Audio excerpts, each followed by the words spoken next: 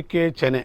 अनसुईया माता महर्षि अत्रि की पत्नी थी, जो आपने पतिव्रता धर्म के कारण सुविख्यात थी। एक दिन नारद महर्षि अनसुईया जी को कुछ चने देकर उन्हें भूनकर देने की प्रार्थना की, लेकिन वे लोहे के चने थे।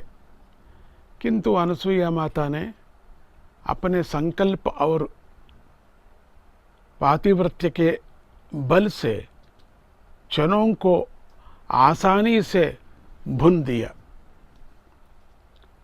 असल में उन चनों की कहानी इस प्रकार है।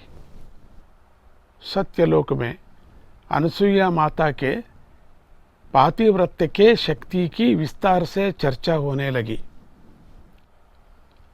वह विषय त्रिमूर्तियों की देवियों के लिए असूया जलन का विषय बन गया।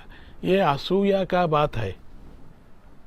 उन्होंने अनसुईया माँ की पतिव्रता शक्ति की परीक्षा लेनी चाहिए, इसलिए उन्होंने नारद को लोहे के चने देकर भेजा। जैसे ही त्रिमाताओं ने भुने हुए लोहे के चने देके उन्हें अनसुईया माता पर और जलन हुआ और वे अपने पतियों को अनसुईया माता की परीक्षा लेने के लिए भेज दिए। त्रिमूर्तियाँ ब्रह्म विष्णु और महेश्वर तपस्वियों के वेश धारण करके अत्रि महर्षि के घर पहुंचे। अत्रि महर्षि स्नान करने के लिए उस समय नदी के किनारे गए थे। अनसुईया माता ने उन्हें भोजन करने का निमंत्रण दिया। उन्होंने कहा, हमारी कुछ कठोर नियम है, उन नियमों का पूरी तरह से पालन करने पर ही हम आपके आतिथ्य को स्वीकार करेंगे। अनसुईया माता ने उनकी बातों को मान लिया और भोजन परोस दिया।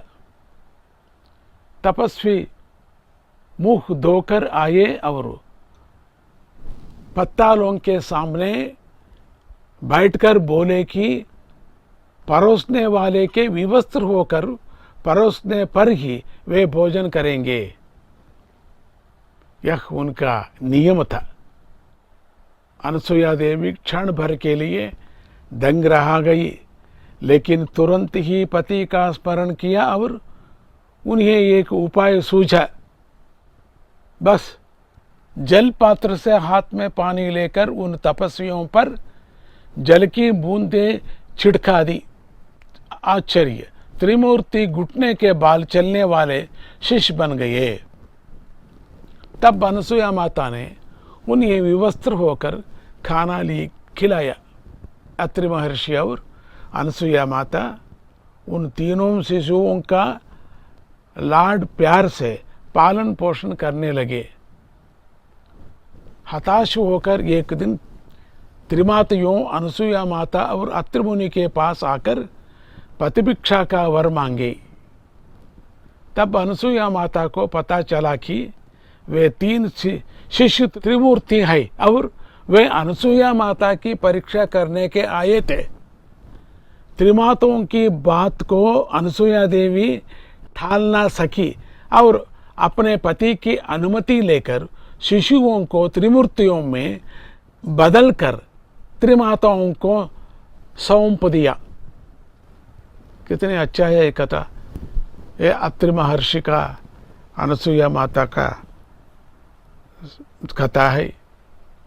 जय गुरुदत्ता, श्री गुरुदत्ता।